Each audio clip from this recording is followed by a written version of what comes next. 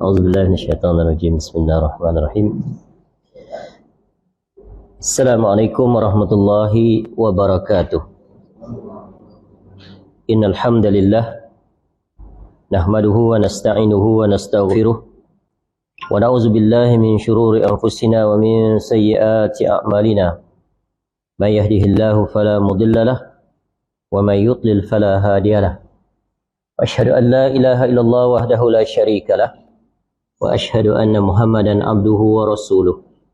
يا أيها الذين آمنوا اتقوا الله حق تقاته ولا تموتن إلا وأنتم مسلمون.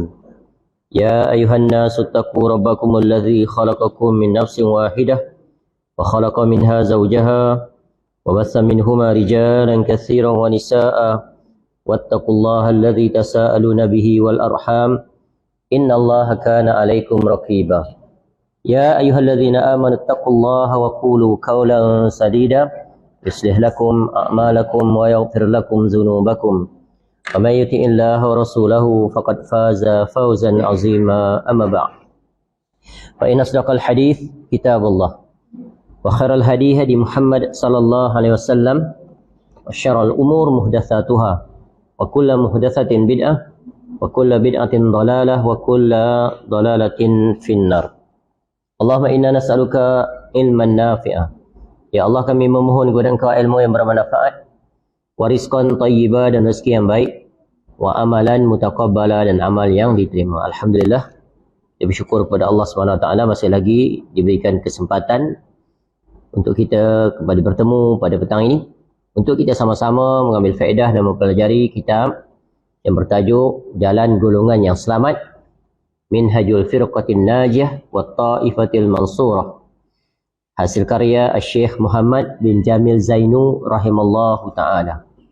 Sebuah kitab yang membahaskan khusus terkait tentang akidah, yang mana kitab ini membahas sekumpulan tajuk-tajuk ringkas yang terdiri daripada 46 bahagian ataupun 46 tajuk. InsyaAllah kita akan meneruskan penjelasan Syekh rahimahullah, iaitu pada bahagian selanjutnya, iaitu bahagian yang ke-25 pada muka surat 125. Betul iaitu syarat-syarat turunnya pertolongan, syurut tahqiqin nafs. Syarat-syarat turunnya pertolongan, iaitu pertolongan Allah Subhanahu Wa Taala kepada umat Islam. Jadi untuk meraih pertolongan dan bantuan daripada Allah Ta'ala tentunya ada syarat. Dan syarat ini hendaknya dipenuhi. Jika tidak, maka sulit untuk meraih pertolongan daripada Allah Subhanahu Wa Ta'ala dalam apa saja yang diinginkan oleh yang meminta tolong. Dan kita sebagai hamba tentunya sangat berhajat kepada bantuan dan pertolongan daripada Allah Subhanahu Wa Ta'ala. Dan memohon pertolongan adalah ibadah yang paling agung, dan itulah yang kita ucapkan dalam suratul Fatihah pada ayat iyyaka na'budu wa iyyaka nasta'in. Iyyaka nasta'in, hanya kepada Engkau ya Allah kami minta tolong. Permohonan daripada seorang hamba itu datang daripada 3 jurusan yang utama yang telah berlalu penjelasannya, sekadar ulang kaji. Yang pertama, kita minta tolong. Yang kedua, kita minta perlindungan. Yang ketiga, kita minta agar diangkat kesulitan, iaitu isti'anah, isti'azah, istighatsah. Telah berlalu penjelasannya, cukup diberikan tentang perkara tersebut. InsyaAllah kita telah memahaminya. Dan 3 perkara ini tentunya memiliki syarat-syarat. Baik, sekarang khusus tentang syarat turunnya pertolongan Allah. Kata Syekh rahimallahu ta'ala, orang yang membaca sirah nabawiyah, iaitu tentang perjalanan hidup Rasulullah sallallahu alaihi wasallam, iaitu sejarah hidup Nabi sallallahu alaihi wasallam dan jihad beliau sallallahu alaihi wasallam, maka ia akan melihat beberapa period berikut ini. Dia akan melihat beberapa marhalah. Marhalah maknanya peringkat-peringkat ataupun proses ataupun fasa-fasa di dalam perjalanan dakwah Nabi sallallahu alaihi wasallam sampai ke muncaknya diperintahkan untuk berjihad. Yang pertamanya adalah marhalatut tauhid, iaitu period tauhid ataupun marhalah ataupun peringkat ataupun fasa di mana dimulai dengan dakwah tauhid.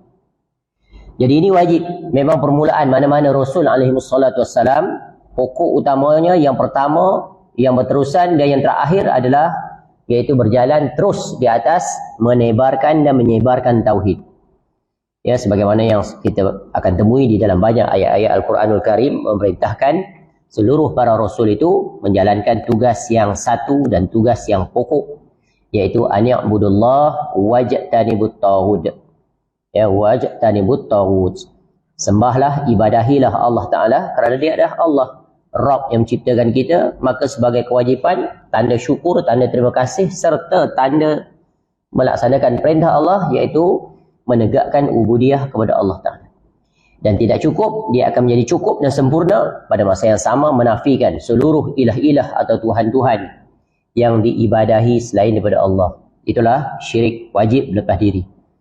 Baik, berkata Syekh rahimahullah, pada marhalatut tauhid, Rasulullah sallallahu alaihi wasallam selama 13 tahun di Makkah, ini adalah fasa yang pertama. Ya, di tempat tumpah darahnya Nabi sallallahu alaihi wasallam, kampung tempat kelahirannya, bersama dengan ya sanak saudara keluarganya, karib karabat. Ada di antara mereka yang beriman dan ada yang di antara mereka itu yang memusuhi dan menjadi penentang yang paling sengit, bahkan yang terkedepan. Seperti salah seorang bapa saudara Nabi sallallahu alaihi wasallam, iaitu Abu Lahab. Dan dia mati di atas ya kekafiran. Jadi Nabi sallallahu alaihi wasallam diangkat menjadi rasul ketika usia 40 tahun dan menunaikan tugas dakwah di bumi Mekah selama 13 tahun. Jadi Nabi sallallahu alaihi wasallam berdiam di bumi Mekah selama 53 tahun. Dan the remaining 10 years iaitu di bumi Madinah. Jadi banyak masa yang Nabi SAW ya, habiskan adalah di mana? Di tanah tumpah airnya, iaitu Makkah Al-Mukarramah. 53 tahun. Ya, kemudian diperintahkan berhijrah, menetap dan menjadi penduduk tetap di kampung yang baru, di bandar yang baru, di daerah yang baru, iaitu kota Madinah. Dan di situlah Nabi SAW wafat pada tahun yang ke-11 Hijrah, pada bulan Rabiul Awal, pada hari Isnin, pada matahari meninggi. Ya, kemudian Nabi SAW dikebumikan jasadnya yang mulia pada malam Rabu. Baik. Jadi menyeru kaumnya untuk bertauhid dan mengesakan Allah dalam beribadah. Slogan ucapan Nabi sallallahu alaihi wasallam kepada kaumnya, qulu la ilaha illallah tuflihu. Ucapkan kalimah ini wahai kaumku, iaitu la ilaha illallah, tidak ada ilah yang berhak diibadahi dengan benar melainkan Allah. Tidak ada ilah yang layak diibadahi melainkan Allah. Ya, maka kamu akan meraih keberuntungan dan kejayaan. Berdoa dan mengambil hukum serta menyeru untuk memerangi kemusyrikan. Ya, pada masa yang sama Nabi sallallahu alaihi wasallam bukan hanya mengajak pada tauhid, menjelaskan tentang tauhid, bahkan menjelaskan lawannya, pembatalnya, musuh utamanya, iaitu syirik. Maknanya bila Nabi sallallahu alaihi wasallam menyampaikan dakwah ini, Nabi SAW, orang-orang kafir musyrikin akan terpukul dengan perkara ini. Betul kan? Sehingga menyebabkan mereka ya tersedar daripada mimpinya, hidup dalam keadaan yang sangat tidak selesa. Kerana pegangan, keyakinan, amalan mereka itu telah dicabar, telah disentuh. Dan memang begitulah tabiat dakwah, dia akan menyentuh kebiasaan-kebiasaan yang dilakukan di dalam masyarakat yang tidak mengikut aturan syariat. Maka pasti mereka akan memberi reaksi yang sengit. Dan itulah dia harga yang perlu dibayar di dalam memperjuangkan kebenaran. Dia tidak dihamparkan perbedaan di merah, ya, duduk di atas kapet yang tebal, tidak sama sekali. Kerana itu adalah tabiat dakwah, khususnya ketika menjelaskan perkara yang paling pokok, iaitu tauhid, dan menjelaskan musuhnya, iaitu syirik. Baik. Hal itu terus beliau sallallahu alaihi wasallam lakukan selama masa tersebut, sehingga akidah Islam jadi kukuh dan teguh di dalam jiwa setiap sahabat radhiyallahu anhum. Dan jadilah mereka orang-orang yang pemberani, yang tidak kenal takut kecuali kepada Allah Subhanahu wa taala. Jadi buah daripada tauhid adalah memiliki jiwa yang tangguh, yang kukuh tak tergoyahkan. Ya, telah teruji dengan pelbagai ujian, khususnya pada zaman period Makkah ini. Selama 13 tahun, apa ujian yang mereka tidak hadapi? Ya, hidup mereka dipersempitkan, diboikot, diberikan dengan pelbagai gelaran dan tuduhan, dihina, dikeji, dicaci maki, disiksa, bahkan ada di antara mereka yang dibunuh. Ya, dibunuh. Ya, sebagaimana yang sudah sering kita sebut, peristiwa pertama berlakunya syahid di kalangan para sahabat Nabi SAW, iaitu keluarga siapa? Keluarga Yasir radhiyallahu anhu. Ya, dia ini diseksa oleh siapa? Iaitu Abu Jahal, yang sangat sadis cara dia menyeksa. Dan Nabi SAW adalah saksi mata, melihat sendiri. Nabi SAW lihat. Tetapi ketika itu, sebab marhalah itu tidak diperintahkan untuk menyerang balas, cuma bertahan dan bersabar. Padahal Nabi SAW mampu saja, ya, minta pada Allah angkat tangan, kakukan tangan Abu Jahal, selesai. Ya, tetapi begitulah agama ini, dia mengikut aturan. Dia mengikut aturan yang telah ditetapkan oleh Allah. Tak boleh menyelisihinya. Walaupun akal mengatakan ini yang terbaik, ini lebih baik, tetapi akal tak boleh mengatasi nakal. Mesti berjalan di bawah wahyu. Selama 13 tahun itu, ditempa, dibina peribadi mereka akan menjadi orang yang benar-benar kukuh, istiqamah, tak tergoyahkan, dengan diuji dengan pelbagai perkara. Sebab itu ayat-ayat Al-Quranul Karim ketika di peringkat ini banyak menjelaskan tentang kesabaran, tentang kukuhnya tauhid, tentang hidup ini adalah ujian. Hidup ini memang ujian.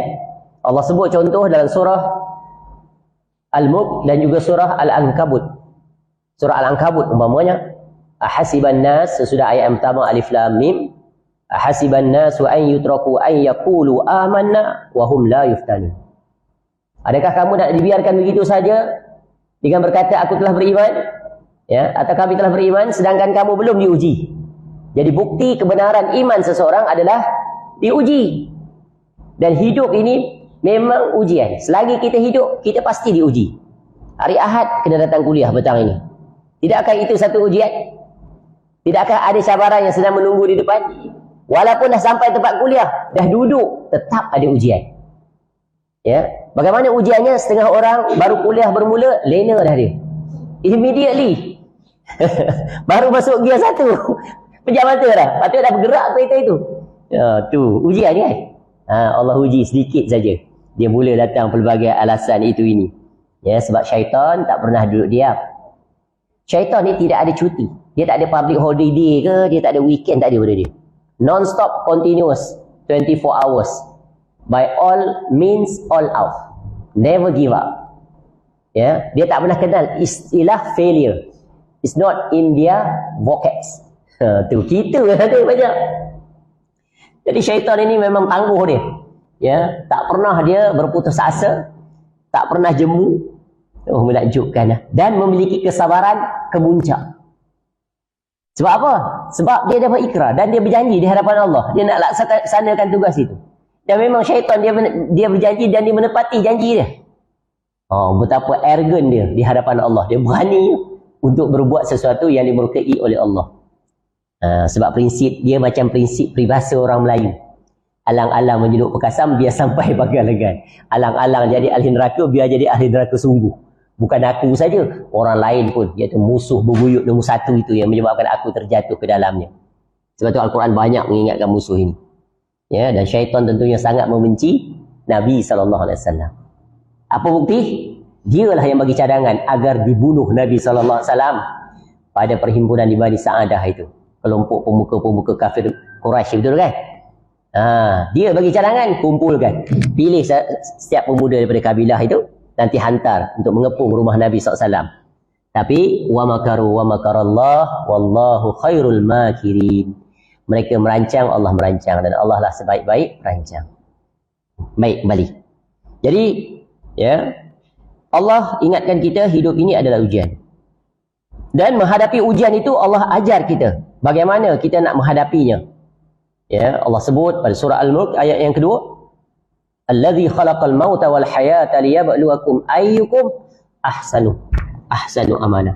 Dialah Allah yang menciptakan kematian dan kehidupan untuk menguji siapakah di antara kamu yang terbaik. Terbaik apa? Amal, perbuatan. Dia lakukan segalanya dengan sebaik mungkin. Sebagaimana keluarga Yasir tadi, dia diuji, ya, yang paling pertama diuji dengan dibunuh.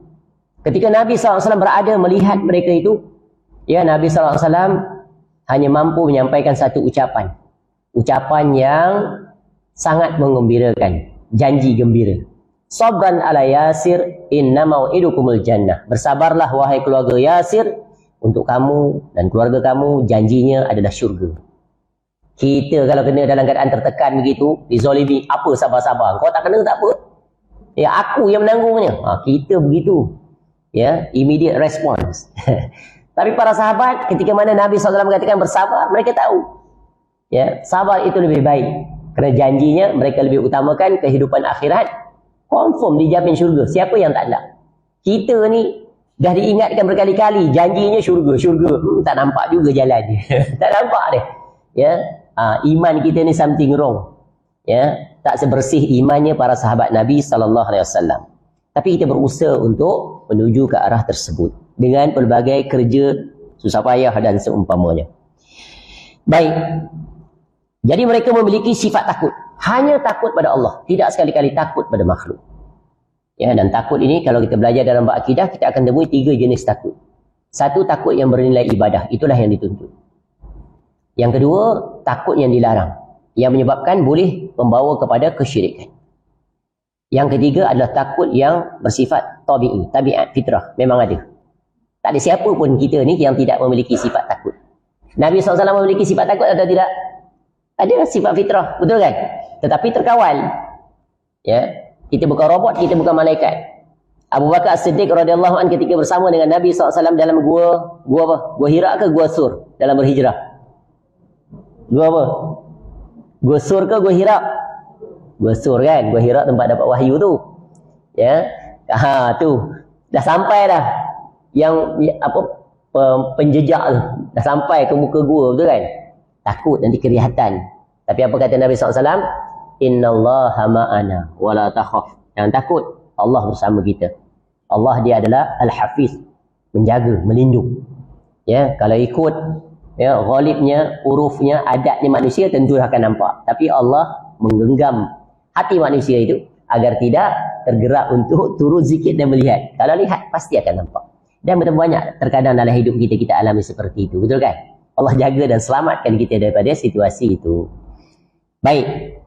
Kerana itu kata Syekh rahimahullah, para da'i, para pendakwah, ya. Da'i ni jangan ingat ustaz je, tak. Kita ni semua ni. Ni bezanya agama kita dengan agama lain. Semua kita ni adalah para da'i, pendakwah. Ya, sebab apa? Sebab Nabi SAW ingatkan kita, balighu anni walau ayah. Jangan tunggu kamu pandai jadi ustaz, tok guru, tok syekh, alim, pandai bahasa Arab baru nak berdakwah, tak. Apa saja yang kamu ada, kamu sampaikan. Jadilah orang yang bermanfaat. Begitu kaedah kamu. Kita melihat orang salah dalam berwuduk, kita tegur dia. Kita tahu cara wuduk yang benarnya seperti ini. Kita melihat orang itu memakai tangkal, kita tanya dia, tuan pakai ni adakah sebagai aksesoris atau ada niat lain? Tanya dulu. Jangan jatuhkan hukuman. Ya, cek dulu. Oh, saya pakai ni sekian-sekian. Oh, okey. Tapi sebenarnya tak digalakkan, takut jatuh dalam syubhat. Lebih baik elakkan. Melihat seorang yang solat dalam keadaan ikat rambutnya di belakang bagi seorang lelaki. Kita tahu ada hadis larangan. Selesai solat tanya. Ya, dengan cara hikmah kemudian bagi tahu dia. Ya, pak cik, adik, pak cik nak bagi tahu ni. Seorang lelaki kalau dia solat rambutnya yang diikat hendaklah dilepaskan. Kerana Nabi SAW melarang. Kalau hafal hadis sampaikan walaupun dalam bentuk terjemahan. Dan insya-Allah dia akan berterima kasih. Tapi dengan cara yang benar. Baik. Jadi da'i hendaknya memulai dakwahnya dengan mengajak kepada tauhid dan memperingatkan agar umat tidak terjerumus di dalam perbuatan musyrik. Dengan demikian ia telah meneladani Rasulullah SAW dalam berdakwah. Jadi kalau kita nak tahu dakwah yang hak, sama ada atas nama organisasi, atas nama jamaah, atas nama individu, atas nama manhaj apa pun, mesti ya dalam penyampaiannya dia menitik beratkan dan menjelaskan tentang tauhid. Sebab Al-Quran awal ayat sampai akhir ayat semuanya berjalan di atas tauhid, tak terpisahkan. Kita mula dengan isti'azah, a'udzubillahi minasyaitonirrajim. Bukankah itu tauhid? Kemudian diikuti dengan isti'anah, bismillahirrahmanirrahim. Bukankah itu tauhid? Kita mula dengan alhamdulillahirabbil alamin, segala puji bagi Rabb sekalian alam. Bukankah itu tauhid? Minal jinnati wan nas. Last sekali minta perlindungan daripada Allah daripada kejahatan jin dan manusia. Bukankah itu tauhid? Bacalah mana-mana ayat dia. Ya, sebagaimana kata Al-Imam Ibn Qayyim Al-Jauziyah rahimahullah. Benar. Sebab tauhid itu tak terpisahkan. Ya. Allah inginkan dia itu satu-satunya yang ditaati, yang didengar, yang dimuliakan, yang diagungkan, yang diingati dan pelbagai lagi dalam segala keadaan seorang hamba. Jangan sekali-kali memalingkannya. Ya, baik. Kemudian yang kedua adalah, jadi period yang pertama adalah penanaman, pengukuhan, kesedaran tentang tauhid dan pada masa yang sama menjelaskan kebatilan, berbahayanya syirik. Secara komprehensif, very detailed. Ya, sebab itu dalam Al-Quran mana banyak?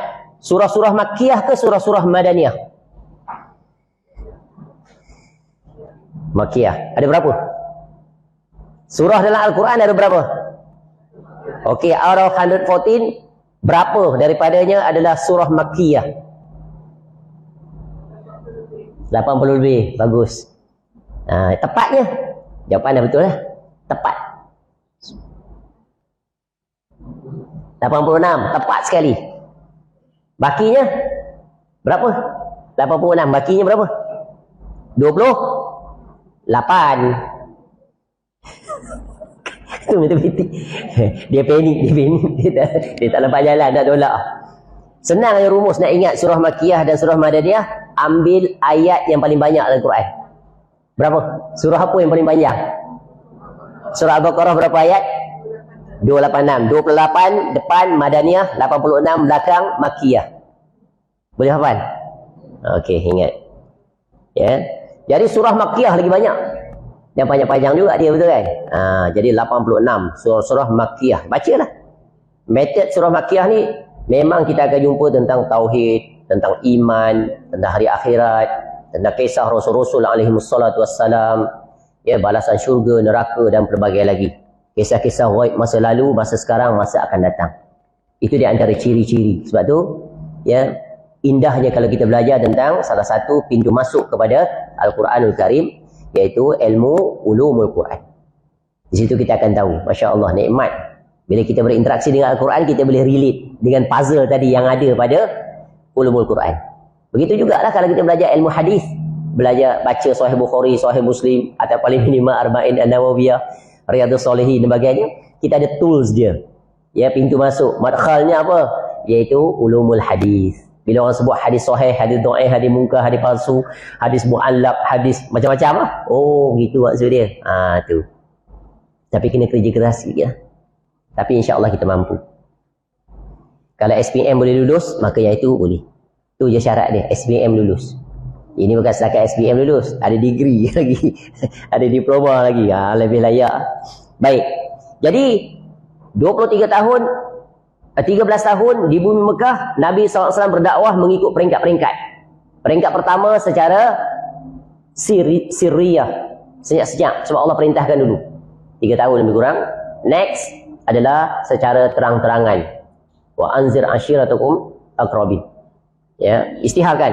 Waktu ni mula mendapat penentangan. Kemudian fasa yang ketiga, yang terakhir di bumi Mekah adalah berdakwah luar daripada kota Mekah. Ya, kemudian barulah berhijrah. Di bumi Madinah lain pula proses dia. Baik. Yang kedua adalah iaitu marhalatul ukhuwah, iaitu period ataupun marhalah ataupun fasa ukhuwah. Iaitu persaudaraan. Sesudah kukuh tentang tauhid, ma'rifatullah, tentang rukun iman, dah kukuh lah. Ya, sebab rukun Islam nanti.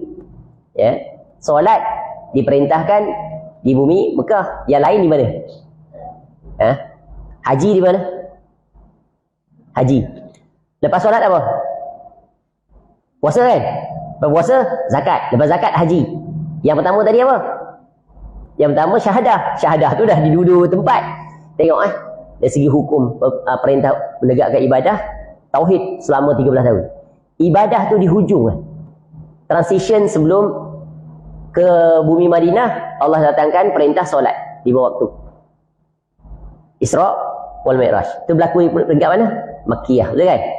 Allah hiburkan Nabi SAW naik ke langit, dapat solat.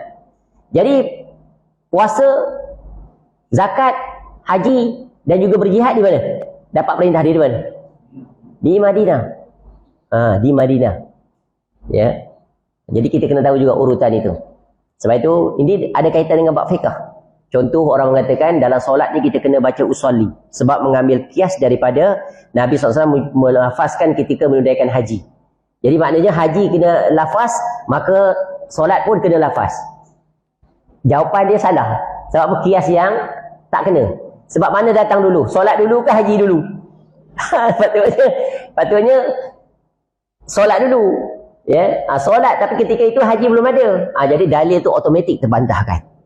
Jadi cukup dengan niat. Tu. Ya, bagaimana mungkin dia datang kemudian dia dijadikan sandaran untuk menyunahkan melafazkan usolli dalam solat. Tu. Hujah yang sangat kuat tak terbantahkan. Ya, macam mana boleh letak hukum seperti itu. Baik, yang kedua adalah marhalah al-ukhuwah. Rasulullah SAW berhijrah dari Makkah ke Madinah untuk membangun sebuah masyarakat Muslim yang tegak berdasarkan saling cinta dan kasih sayang.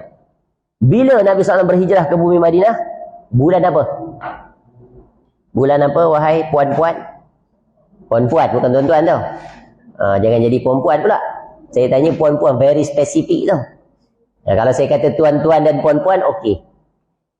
Ya. Bila Nabi SAW berhijrah? Bulan apa? Bulan Muharram. Tu orang sambut makna hijrah tu bulan Muharram eh? Betul ke salah? Betul atau salah? Salah. Tapi kenapa orang buat? Dahlah salah premis yang pertama. Buat yang kedua, salah lagi. Jadi salah berganda-ganda. Pelik bik ajaib eh? Padahal dah diperingatkan, tetap juga nak buat. Nabi SAW berhijrah pada hujung bulan Safar. Bulan Safar mana dulu dengan bulan Muharram? Mana dulu? Bulan Mudafir dah. Mari kita hitung bulan. Muharram, Safar, Rabiul Awal, Rabiul Akhir, Jamadil Awal, Jamadil Akhir. Rejab, Syakban. Sambung. Ramadan. Syawal, Zulqa'dah, Zulhijjah. Okey. Jadi Nabi SAW berhijrah pada hujung bulan Safar dan sampai ke Madinah pada bulan Rabiul Awal. Lebih kurang dalam belasan hari. Ya, sampai pada hari Isnin. Kemudian Nabi SAW memasuki bumi Madinah. Sampai di Quba dulu pada hari Khamis. Masuk ke bumi Yathrib. Kemudian ditukar bila sampai menjadi Madinah pada 12. Pada hari Jumaat. Di sirah kena belajar. Kena ingat. Cuba ingat Ini tarikh-tarikh penting. Ya. Tapi kenapa persoalannya dijadikan bulan Muharram itu sebagai bulan hijrah?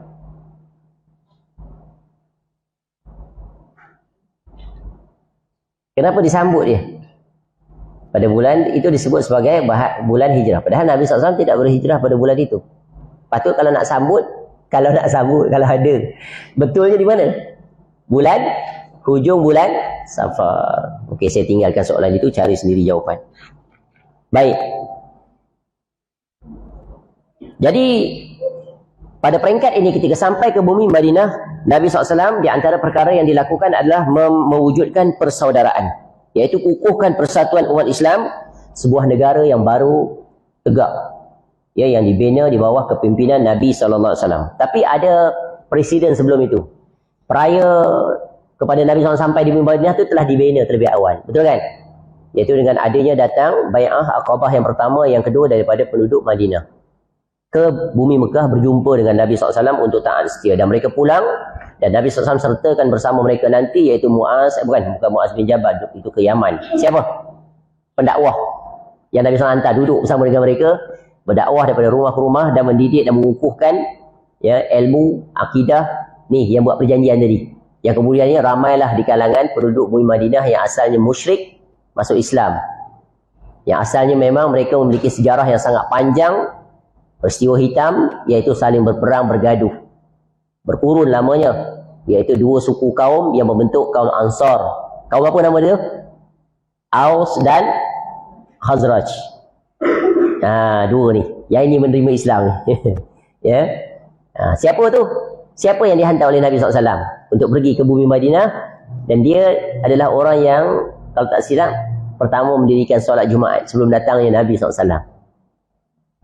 Seorang pemuda yang memang hebat, anak orang kaya, berkedudukan, memiliki trademark tersendiri. Kalau dia lalu di jalan ini, kalau kemudian orang lalu di jalan yang dia telah lalui, orang tahu ini dia. Sebab dia memiliki personality yang very spesifik dengan wangiannya dan sebagainya. Dia ada minyak wangi khas. Tu mesti dia. Siapa? Dah bagi hint banyak dah ni. Siapa? Dia punya initial adalah S. Ada tak? Bukan. M. Mus'ab bin apa? Mus'ab bin Umair radhiyallahu an. Seorang anak muda yang sungguh menakjubkan. Sehingga mak dia nak orang kaya. Ya, dia kata kat mak dia, kalau mak mati berapa kali pun saya tetap tak akan tinggalkan agama. Mak dia berjanji tak nak bagi satu sen pun kat dia. Tak apalah, tak bagi satu sen pun. Tu sanggup dia pergi. Dan ketika hari kewafatannya, Nabi SAW menangis. Dan sebelum tu pun Nabi SAW dah pernah menangis. Tengok betapa dia seorang pemuda yang sanggup meninggalkan hidup yang melimpah ruah, mewah. Dia meninggal, dia mati syahid kalau tak silap, dalam peperangan apa tak ingat. Dia hanya ada sehelai pakaian je. Bila nak tutup bahagian kepala, nampak betis. Tarik ke bawah, nampak kepala. Akhirnya ditutup dengan jerami saja. Begitulah seorang yang menjaga akidah. Ia sanggup untuk menjual dunia tetapi untuk meraih syurga yang tak akan sama. Itulah anak-anak muda yang berjaya dididik oleh Nabi SAW. Persoalannya, anak kita bagaimana? Tu tough question. Betul kan? Sulit lah. Di zaman sekarang apatah lagi. Baik. Hal yang pertama beliau SAW lakukan adalah membangun masjid. Tempat berkumpulnya umat Islam dalam beribadah kepada Allah. Di dalamnya mereka berkumpul 5 kali sehari untuk mengatur hidup mereka. Jadi tempat yang paling utama di atas muka bumi ini, tempat untuk mempersatukan umat Islam tiada lain melainkan di masjid. Ya, di masjid. Jadi tempat kita ada nama kedua, iaitu surau.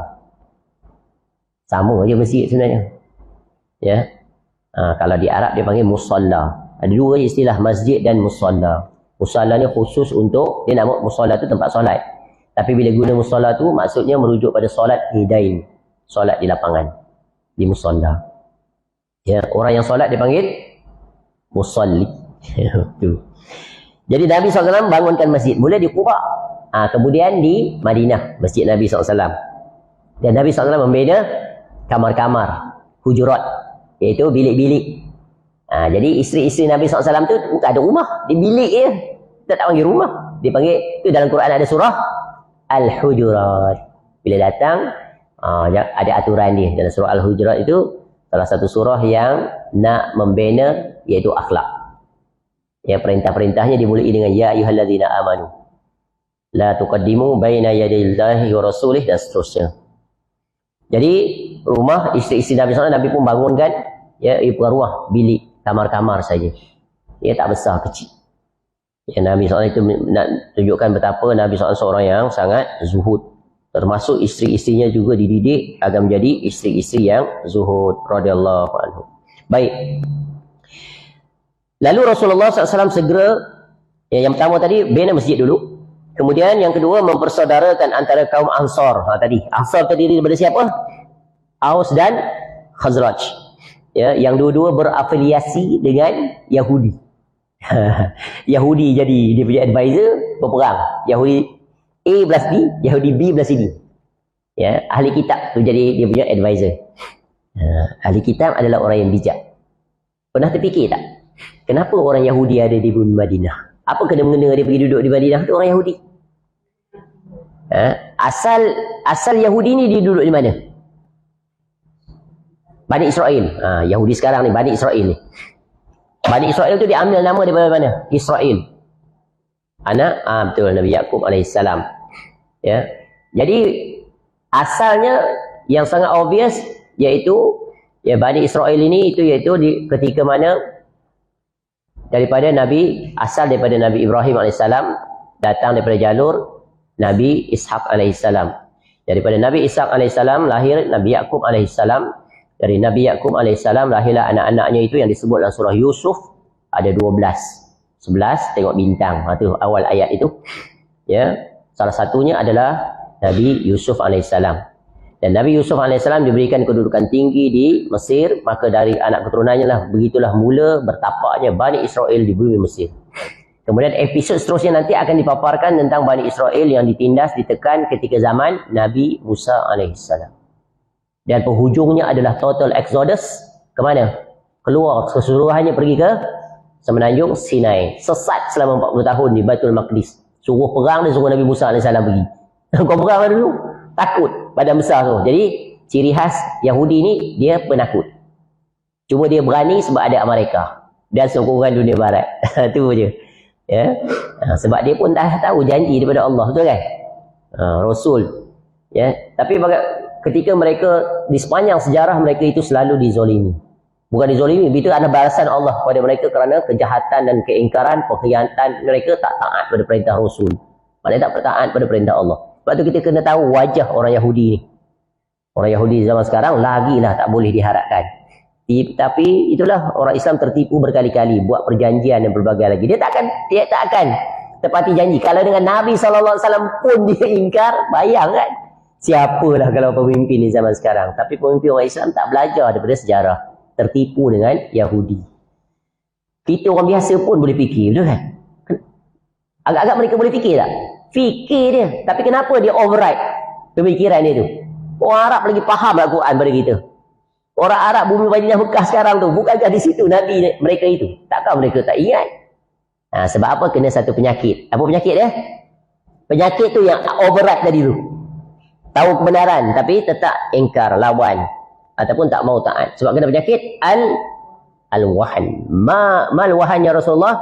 Hubbud dunya wa karihatul maut. Dan inilah zamannya. Takkan nak istilah declare jihad sekarang, betul kan? Tu guru tinggi-tinggi tu sekejap lagi hantar peluru satu hancur habis berbilion-bilion. Ni projek NEOM nak buat ni takkan nak abandon gitu sekali. Trilion duit tu. Tu kan hubur dunia. Dan Nabi SAW pun dah sebut, berlumba-lumba membuat bangunan tinggi. Tu bangunan yang akan datang di mana di Arab Saudi. Tingginya berapa? 1 kilometer. 1 kilometer. Mana tengok 1 kilometer? Tertinggi dah tu. Ya. Tu yang Neom City tu lagi jauh. Duduk dalam kaca semua. Tu. Ya, itulah dunia dah tua. Bila dunia yang menguasai, sayang, maka bagaimana mungkin akan berjihad? Bagaimana mungkin akan dan seterusnya. Dan memang itu adalah fasa-fasa menuju ke hari kiamat. Tak boleh lawan lah, kena ikut aturan tu. Cuma akan ada orang yang selamat. Ya, akan ada orang yang selamat. Ini ujian ni, fasa ujian yang paling getir. Nak menuju keimanan ataupun sebaliknya. Nak berwalak kepada orang-orang yang mengajak kepada Allah atau orang-orang yang menentang kepada Allah. Tu kita nak berada di blok mana, betul kan? Agama ajar. Ya, agama memberikan panduan. Jadi Nabi SAW mempersaudarakan antara kaum Ansar, penduduk pribumi Madinah dengan orang-orang muhajirin dari Makkah yang hijrah dengan meninggalkan semua harta benda mereka. Nabi SAW nak ajar supaya sentiasa mengutamakan saudara, satu akidah. Apatah lagi mereka telah menghabiskan usia sebagai pioneer, orang paling depan dalam membantu Nabi SAW. Diuji dengan kesulitan yang amat payah.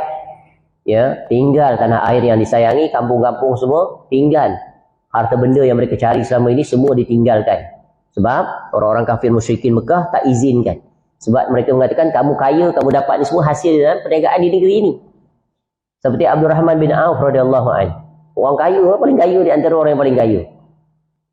Dan bijaknya ketika Nabi SAW mempersaudarakan di antara orang Muhajirin dan Ansar ni, dia letak satu level. Contoh, Abdul Rahman bin Auf radhiyallahu an dipersaudarakan dengan nama apa tak ingat. Apa nama? Sa'ad bin Rabi' radhiyallahu an kalau tak silap. Dia adalah di antara orang yang terkaya di bumi Madinah. Maknanya pelajaran berguna kena letak sama. Sebab apa? Nanti bahasanya sama. Dia boleh pergi berjalan bersama. Yang menakjubkan sahabat Nabi SAW Ansar ini, sungguh menakjubkan. Abdul Rahman bin Auf radhiyallahu ni datang tak bawa apa-apa pun. Dua-dua menakjubkan ni. Sangat menakjubkan. Dalam sirah disebut, ketika dipersaudarakan, lalu sahabat Nabi SAW Ansar ini menawarkan dua perkara pada Abdul Rahman bin Auf yang sehelai sepinggang ini.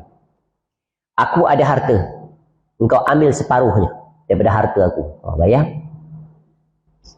Nak jumpa orang macam ni susah kan? Dengan adik-beradik sendiri pun tak bagi. Tambah dengan orang yang tak dikenali, tak ada hubungan apa. Half of it. My property belong to you. So, itu okey lagi. Aku ada 2 isteri. Kau berkenan mana satu, salah satu. Yang itu aku akan ceraikan bila habis iddah, jadikan isterimu. Tapi yang lebih menakjubkan adalah sikap Abdurrahman bin Auf radhiyallahu anhu. Terima kasih. Thank you very much. Nah, bahasa saya lah. Tunjukkan aku di mana pasar. Pasar Bani Kainuqa. Aku nak berniaga kat situ. Dengan sedikit modal, tak berapa lama, dia bertemu dengan Nabi SAW. Tengok ada kesan di badan dia. Nabi, kamu dah bernikah ya? Kata dia, aku dah berkahwin dengan sekian-sekian. Lalu kata Nabi SAW, istiharkan, buat walimah. Tengok. Ya, orang kalau asal pandai berniaga, pergi mana pun dia pandai berniaga. Tapi dia yang menakjubkan, dia tak ambil pun kesempatan. Betul kan? Padahal boleh saja. Dia memang sahabat tu bersungguh, ikhlas, lillahi ta'ala. Kenapa? Ya, Nabi SAW ajar mereka di atas ikatan iman. Iman nombor 1. Harta benda dunia ni duduk berapa level, boleh dicari. Tapi persaudaraan di atas akidah tak boleh dijual beli. Kerana berkawan di dunia akan berteman di negeri akhirat. Dunia akan ditinggalkan. Apalah dunia, kata Nabi SAW. Apa hajat aku? Aku tidak ada kena-mengena dengan dunia. Kata Nabi SAW. Nak ajar kita supaya jangan tertipu, terkasima dengan dunia. Ya.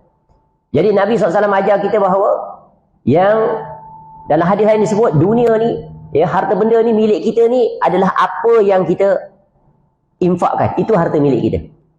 Yang tak kita infakkan tu bukan milik kita. Betul atau tidak? Bila kita mati, harta tu bagi siapa? Orang hidup, betul kan? Yang milik kita yang mana? Yang kita infakkan waktu kita hidup. Itulah sedekahun jariyah. Iaitulah yang akan menikmati, yang kita akan nikmati di alam barzah sampai kita berdiri di hadapan Allah. Baik, kembali.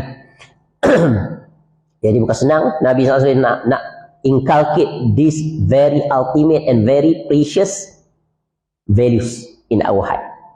It's not easy, cakap senang lah. Betul kan? Nak buat tu sulit. Sebab tu Nabi SAW ajar kita dua prinsip. Qanaah dan zuhud. Dunia ini jangan diletakkan di dalam hati. Letak di atas tapak tangan. Dan bila berada di tapak tangan, jangan genggam terlalu kuat. Jangan jadi kedekut. Aku tak buka. Orang minta datang pun dia buat tak tahu. Jangan dibuka terlalu luas. Boros. In between. Pertengahan. Itulah kaedah agama. Nabi SAW ajar pada kita. Kemudian Rasulullah, kat mana ni?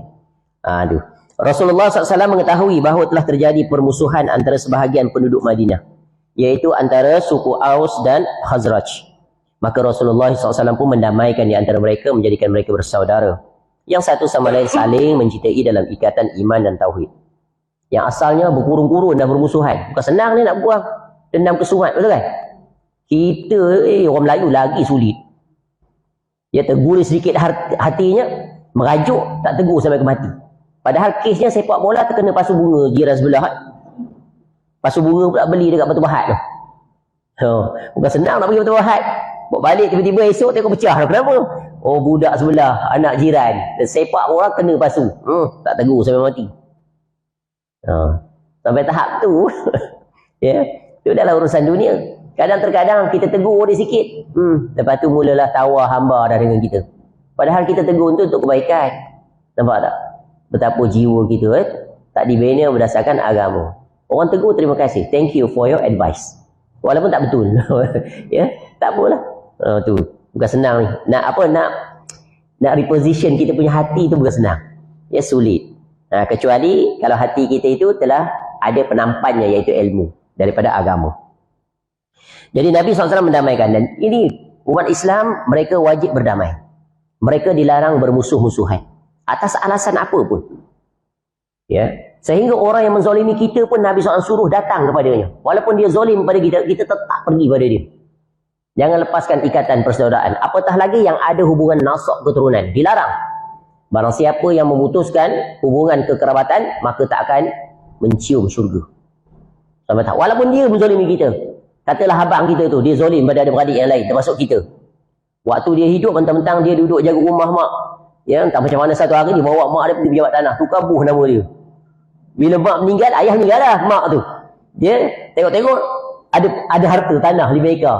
Bawa, tengok geran, tengok dah nama dia. Mak dah bagi kat aku dulu. Ya, yang patut pun aku yang jaga mak kau, orang tak peduli apa pun. Dah mati datang nak untuk harta. Sedap lah, betul dia kan? Tapi salah dia aturan syariat. Bab kau berkhidmat pada mak ayah tu lain suku. Ni bab faraid ni lain, tak ada kena-mengena itu. Iaitu pahala dia dengan Allah Ta'ala. Yang ini hak semua. Walaupun ya 4 tadi kata 5 termasuk dia, 4 tu tak pernah langsung menjenguk mak dia. Tak pernah langsung menyantuni, tak pernah hapu pun tak pernah. Ya.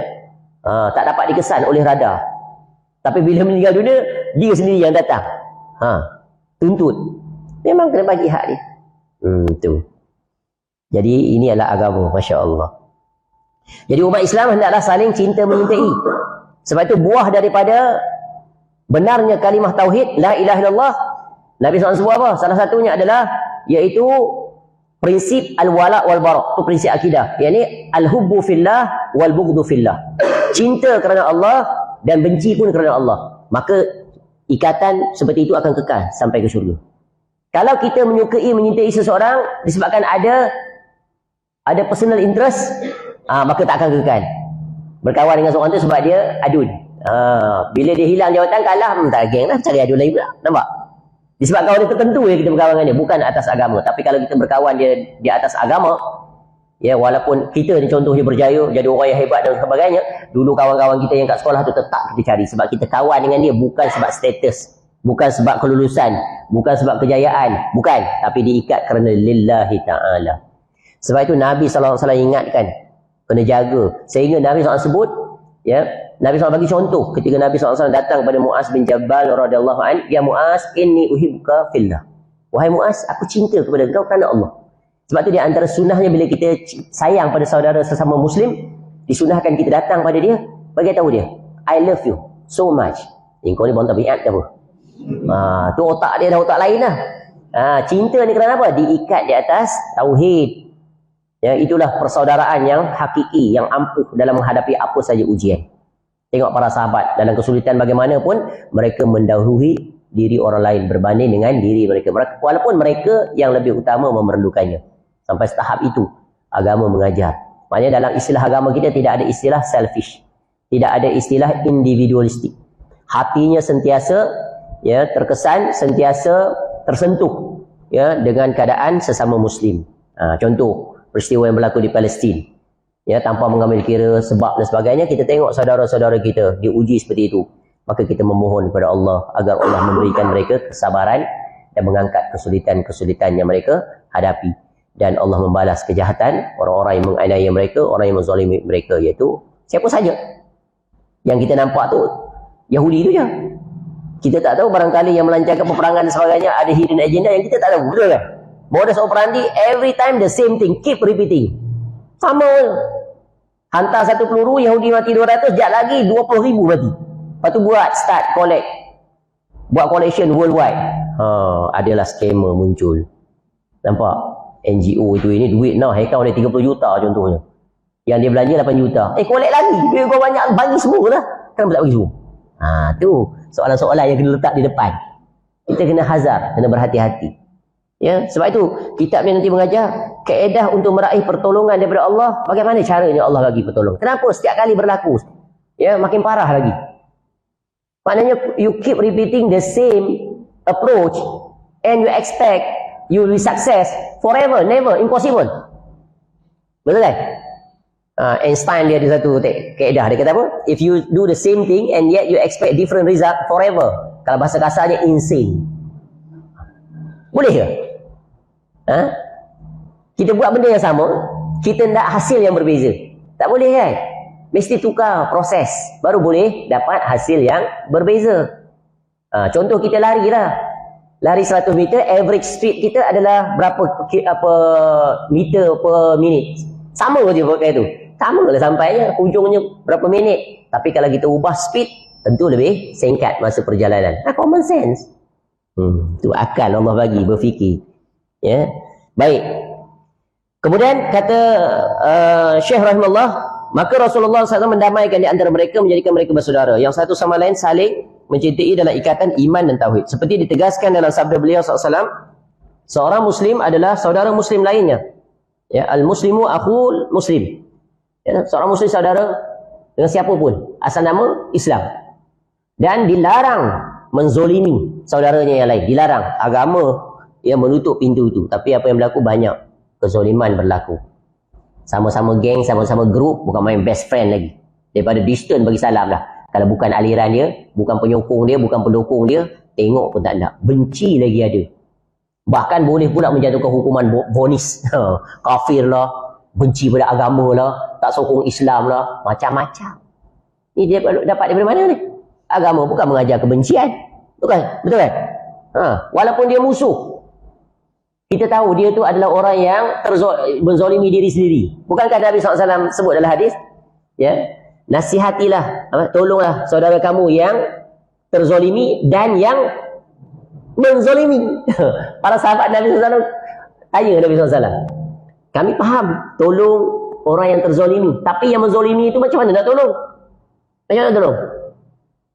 Nasihat dia, jangan berbuat zalim. Itu bentuk pertolongan. Jangan kamu abaikan dia. Bahkan jangan kamu memusuhi dia pula sehingga dia tak ada orang yang menasihati. Akhirnya bertambah zalim lah dia. Itu kaedah agama. Baik, yang ketiga. Masih ada masa 5 minit. Iaitu marhalah al-isti'dad. Marhalah peringkat persiapan, persediaan. Preparation. Preparation apa ni? Setelah membina kekuatan dalaman, kesatuan telah diwujudkan, saling faham memahami, ya, saling percaya mempercayai, saling sayang menyayangi, cinta menyintai, kukuh ni. Ya, sebab itu agama ni apa-apa pun, ya, iaitu kita mesti ada strong foundation. Macam rumah Rumah kalau cantik, foundation tak strong, apa jadi? Ya, tak tahan lama, betul kan?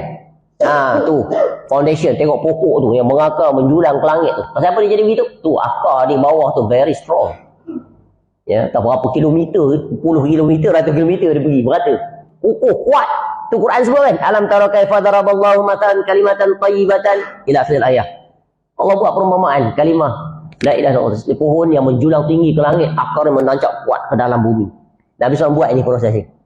Macam mana kita nak berjuang, nak berperang kalau foundation tak strong? Just by cosmetic, physical or visual appearance saja nampak gah, kuat seperti orang munafik itu. Nabi SAW sebut dalam ayat surah Al-Munafikun tu. Nampak mereka badan sadu, kuat, hebat, tapi mereka itu seperti kayu yang disandarkan. Ya, penakut ya amat-amat. Pergi berperang, sampai tengah jalan, retreat, wudu. Ya, macam-macam alasan lah. Macam tadi lah, Bani Israel tu. Ya, pergilah kau berperang. Ya, kami tak payah, kami tunggu sini. Dah menang baru kami masuk. Tu orang-orang kafir itu seperti itu. Ya, sebab itu di antara keistimewaan umat Nabi SAW yang bertauhid ini, ketika mereka nak berperang, musuh dah tertanam ketakutan sebulan perjalanan, tapi sekarang tak, terbalik.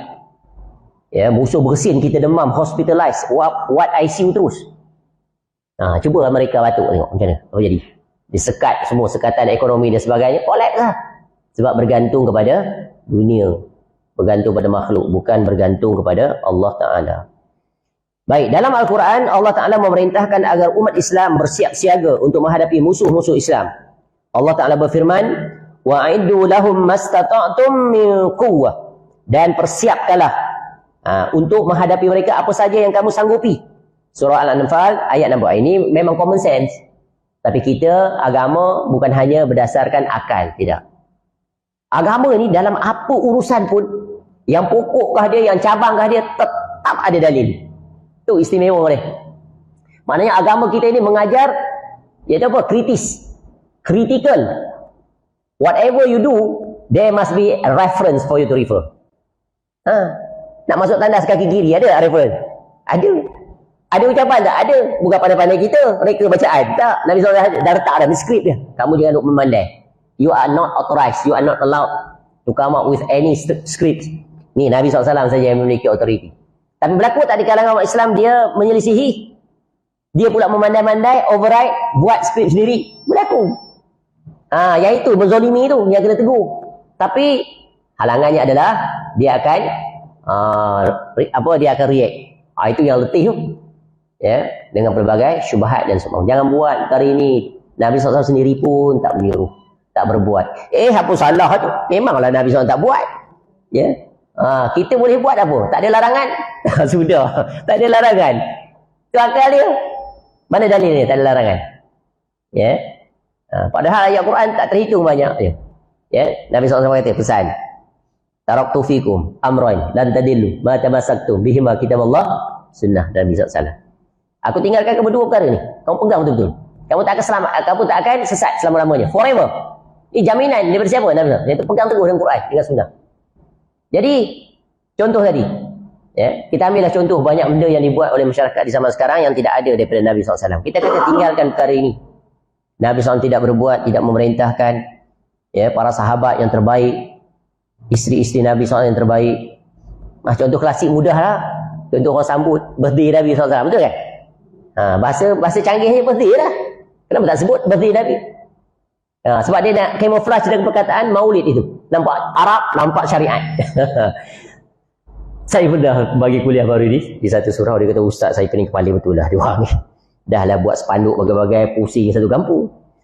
Ustaz tahu, dia orang beli kek happy birthday Nabi. Dia suruh saya potong, dia pengurusi surau. Tapi dia faham sudah ni. Alhamdulillah. Saya tak nak, saya cakap macam mana lari. Engkau buatlah tak ibang, aku nak pergi ada urusan. Patut. Kalau dia berani dia tegur kan. Itu kan bentuk penghinaan pada Nabi SAW. Itu potong kek semua birthday tu siapa punya aturan? Syiah siapa? Kristian. Ajaib. Dia kata pula, nak menyintai Nabi SAW, nak buat maulid perlu dalil. Tak perlu dalil. Dia buat birthday isteri dia, anniversary dia, boleh pula. Ini semua cakap-cakap syubhat ni. Nampak tak? Yang ini berkaitan dengan apa ni? Bila dia sambut Nabi SAW. Ibadah betul kan? Ada tak orang tak sambut birthday ke anniversary itu sebagai ibadah dapat pahala? Ada tak? Tak ada. Betul kan? Satu lagi dia adalah tasyabuh orang kafir. Tu semua syubhat dia datang. Ya. Kita tanya dia, siapa orang yang menyintai Nabi SAW? Paling menyintai Nabi SAW? Siapa? Isterinya. Kan kita dulu muda-muda tak kerti je, yang sambut birthday kita siapa? Kita tak buat. Buat ni tak mengaku. Siapa? Kalau suami hari lahir dia, isteri lah. Kalau isteri, suami dia lah. Kalau anak-anak, betul kan? Dia lah. Yang bagi analogi, faham? Isteri Nabi SAW, mereka adalah orang yang paling sayang pada Nabi SAW. Paling tahu tentang agama ini. Mereka tak buat. Tak ada pendahulu pun. Para sahabat yang paling sayang pada Nabi SAW siapa? Abu Bakar As-Siddiq radhiyallahu anhu. Sehingga Nabi SAW kata, kalau aku boleh mengambil kekasih, tapi aku dah ada kekasih. Ya. Iaitu siapa? Abu Bakar lah aku ambil. Nampak tak? Sekarang aku adalah kekasih Allah. Sebab tu yang mendapat gelaran Khalilullah atau Khalilur Rahman, dua orang saja daripada seluruh para rasul. Iaitu Nabi Ibrahim, Abul Anbiya dan Nabi SAW. Nampak? Mereka pun tak buat. Sebab nak berbuat sesuatu ni mesti datang daripada wahyu, datang daripada agama, bukan daripada akal, bukan datang daripada emosi, bukan. Kalau agama diukur dengan dua neraca ni, akal dan emosi, pasti akan banyak inovasi yang dilakukan oleh pelbagai umat manusia. Dan kerosakanlah yang lebih besar. Tengoklah YouTube kat Indonesia tu, macam-macam dia pakai. Kostum, setan lah, macam-macam. Betul tak? Unta, beli unta betul. Habis buzzer. Habis waktu. For nothing. Penat aja. Tapi bila ditanya tuan-tuan yang cinta pada Nabi SAW, yang berarak dan bagai-bagai berselawat orang ramai, kita tanya. Tolong explain pada saya. Nabi SAW ketika wafat, siapa yang memandikan jenazah yang mulia Nabi SAW ni? Siapa? Tak boleh jawab. Siapa yang jadi imam dalam solat jenazah Nabi SAW? Tak boleh jawab. Nabi SAW itu dikebumikan dalam kuburannya model bentuk apa? Lahat ke syak? Tak boleh jawab. Banyak lagi soalan tak tanya. Padahal itu ending tu. Betul kan? Tak boleh jawab. Belum in between 23 years tugas Nabi SAW. Cuba urutkan pada saya urutan perang-perang yang dilalui oleh Nabi SAW. Ketika diperintahkan berhijrah, dimulai dengan peperangan yang pertama, peperangan Badar, sampai peperangan yang terakhir. Sebelum kewafatan Nabi SAW, ketika itu Nabi SAW mengutuskan Usamah bin Zaid sebagai komandan tentera. Tak boleh jawab juga. Habis. Kenapa kamu tak tahu? Itu mana lebih utama? Itu bila orang tukar sunnah kepada bid'ah, rosak. They are wasting their time and effort for nothing. And yet they will regret di negeri akhirat. Pasti. Sebab apa? Wasting time. Sesuatu yang tak diperintahkan. Dan Nabi SAW bagi strong reminder. Nanti akan ada daripada sebahagian umatku datang nak minum di telaga Haud, Al-Haud itu. Setelah letih Duduk berdiri pula. Duduk berdiri pula di padang mahsyar. Berapa lama? How long it takes? Satu hari equivalent dengan berapa tahun berdiri di padang mahsyar? 50,000 tahun. Bayang. Dalam keadaan yang paling hina, betul kan? Betul yang bulat, tak berkasut, tak berkhitan. Matahari didekatkan sejarak satu batu. Macam mana? Wallahu a'lam. Macam mana kita boleh tahan? Tak cair kita. Allah nak kenakan pada kita azab sebesar-besarnya. Allah nak tunjukkan kebesarannya. Dan pada hari itu ada hari yang Allah paling murka, yang tidak ada murka sebelum dan sesudahnya. Itu adalah hadis-hadis peristiwa padang mahsyar. Dan selesai urusan hisab, mizan, timbangan, lepas tu next terminal, next station, nak pergi minum. Dah ke? Nak minum. Barang siapa minum di telaga Nabi SAW, air yang lebih putih daripada susu, iaitu gayungnya lebih sebanyak bintang-bintang di langit, dalam hadis disebut, minum sekali tak dahaga selama-lamanya. Tapi kata Nabi SAW, akan ada sebahagian daripada umatku akan dihalau. Kata Nabi SAW, suhkon. Bahasa kasarnya apa? Stay away. Stay away. Pergi sana, jauh. Ya. Di antara sebab kenapa mereka dihalau daripada telaga Nabi SAW, di antara dalam hadis ini bertaraf mutawatir, banyak bentuk. Satu, mereka melakukan perkara yang muhdas, bid'ah. Satu, mereka murtad. Dan ada lagi lah beberapa daripada hadis-hadis yang banyak. Nampak tak? Dia bukan perkara kecil ni, mengada-ngadakan sesuatu perkara yang baru dalam agama. Sebab itu dah 6 suku kan? Boleh saya berhenti 6.20. Sebab itu tengok ketika mana awal permulaan berlaku bid'ah yang pertama dalam urusan ibadah, iaitu zikir jama'i itu, yang dilihat oleh Abu Musa al-Asy'ari radhiyallahu anhu. Kemudian dia report kepada Ibnu Mas'ud radhiyallahu anhu. Dia ringkaskan kisah, dia pergi ke masjid itu sebagai tak cukup dengan pemakluman daripada sahabat ini, dia nak tengok, observe sendiri by his naked eyes. Tengok, padahal sahabat sangat dipercayai, dua-dua pergi semula. Kamu buat apa ni? Kami sedang berzikir. Alangkah, dia kata apa? Celaka kamu. Tuh, Ibnu Mas'ud kata, celaka kamu. Ibnu Mas'ud kah atau Mu'az? Ibnu Mas'ud. Celaka kamu. Padahal kawan tu sedang berzikir. Subhanallah, alhamdulillah, Allahu akbar. Secara ramai-ramai sebelum menunggu waktu solat barangkali. Dalam masjid. Sekarang bergendang, bergompang, terpekik, terlolong. Lagilah dilarang. Masjid adalah tempat kedamaian. Untuk seorang bermunajat kepada Allah, dia bawa hiburan dalam masjid, surau. Tapi manusia menerima kan? As a norm nanti sampai satu zaman, berkugiran, bergitar bagai, tak lama lagi. Tak mustahil. Always remember, there is nothing impossible. Everything is possible. Bila tak ada orang yang mencegah. Dicegah pun tetap ada dia. Cuma nak kawal skala besar atau kecil. Betul atau tidak? Tengoklah dalam urusan perkahwinan. Sekarang dah menuju nak pergi copy paste macam orang Kristian berkahwin. Siap duduk apa? Yang duduk lelaki bawah tu, panggil apa tu? Yang marry me tu, buka cincin tu, ada kan? Berlaku tak? Orang Islam gitu, berlaku atau tidak? Berlaku lah baru ni. Yang viral ada satu ustaz tu yang baca doa. Sudah lupa kan anda? Kalau orang pakai premis tu, tak salah, ustaz ada tu. Ustaz selebriti lagi, terkenal lagi.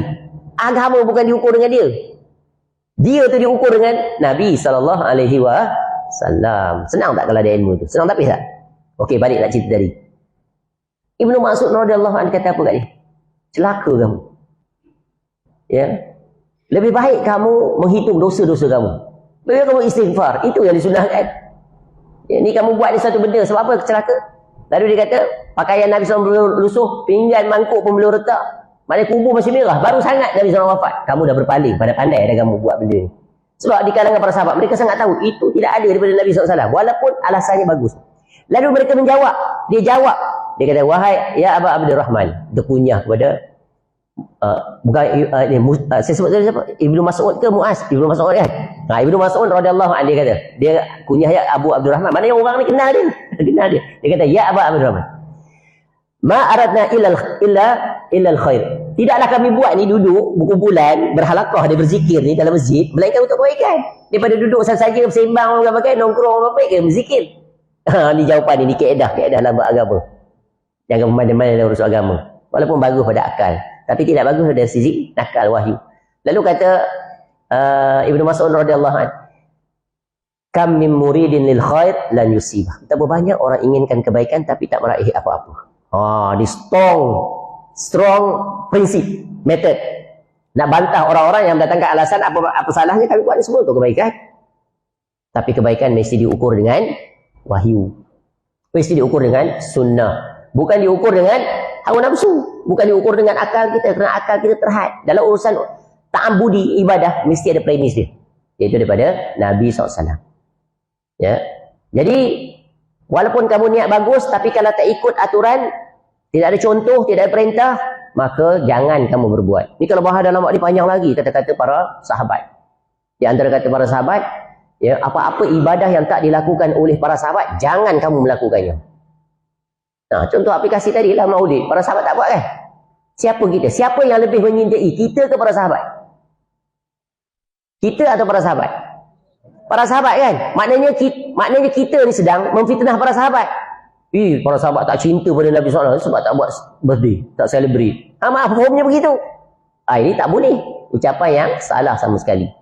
Ni kalau kita faham kaedah-kaedah ini, maka kita akan aman, tenteram, merasa tercukupkan dengan apa yang telah ditinggalkan oleh Nabi SAW. Ni selamat bila kita berjalan di atas tauhid yang benar, berjalan di atas sunnah yang benar, Allah jaga kita. Dan kita akan merasa kelazatan dalam melakukan ibadah pada Allah. Baik, cukup tak kat tu? Kita berhenti pada marhalah yang ketiga. Ada berapa lagi? Ada 3 lagi. Ya, ketika kita kembali pada akidah tauhid dan urutan, ya, period sebagaimana di atas. Wallahu a'lam. Cukup tak kat tu? Ya, mudah-mudahan bermanfaat. Subhanakallahumma wa bihamdika asyhadu an la ilaha illa anta astaghfiruka wa atubu ilaik. Wassallallahu ala nabiyyina Muhammad wa ala alihi washabbihi wasallam. Wa akhiru da'wana alhamdulillahi rabbil alamin. Assalamualaikum warahmatullahi wabarakatuh.